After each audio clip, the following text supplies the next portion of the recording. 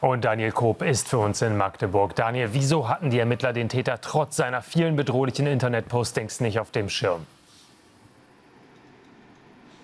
Nun, ich glaube, man muss das Ganze so beschreiben, Taleb A. hat quasi ein Doppelleben geführt. Auf der einen Seite war er der seriöse Arzt in einer Klinik in Bernburg.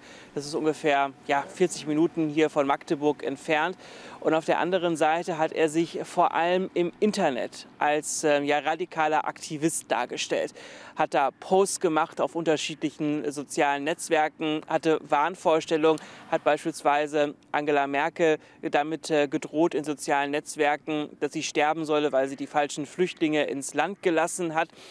Also man muss ganz klar sagen, das ist ein sehr wirres Bild, was man da in den sozialen Medien gezeichnet bekommt.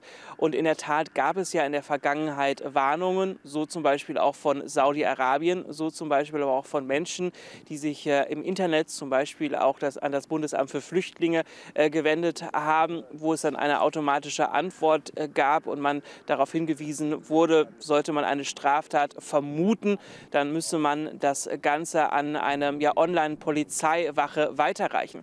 Man muss ganz klar sagen, und ich glaube, so hat das gestern auch bei der Pressekonferenz hier der Staatsanwaltschaft und der Polizei geklungen, dass es natürlich im Internet ganz viele Schwachköpfe gibt. Man muss ganz klar aber sagen, dass es in diesem Fall scheinbar eine Fehleinschätzung der Behörden war.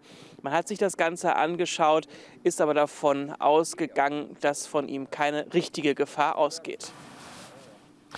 Daniel, wie kommen die Menschen in Magdeburg mit ihrer Trauerbewältigung voran? Wir sehen, du stehst da vor einem riesigen Blumenmeer.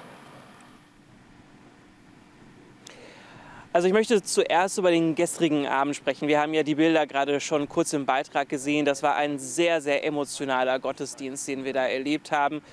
Es waren hunderte Menschen, die gar keinen Platz mehr in der Kirche bekommen haben im Magdeburger Dom. Die standen draußen trotz Regenwetter und wollten irgendwie dabei sein, wollten die Möglichkeit haben, sich mit anderen Menschen auszutauschen. Und ja, ich gehe aus dem Bild auch mal heraus, dieses Blumenmeer, das ist hier am gestrigen Tag immer größer geworden. Kerzen, Blumen, die niedergelegt wurden. Ich habe Menschen gesehen, die haben sich in den Armen gelegen, die hatten Tränen in den Augen. Erwachsene Männer, die angefangen haben, auf einmal zu weinen. Also das sind wirklich sehr emotionale Momente, die Magdeburg gerade durchmacht.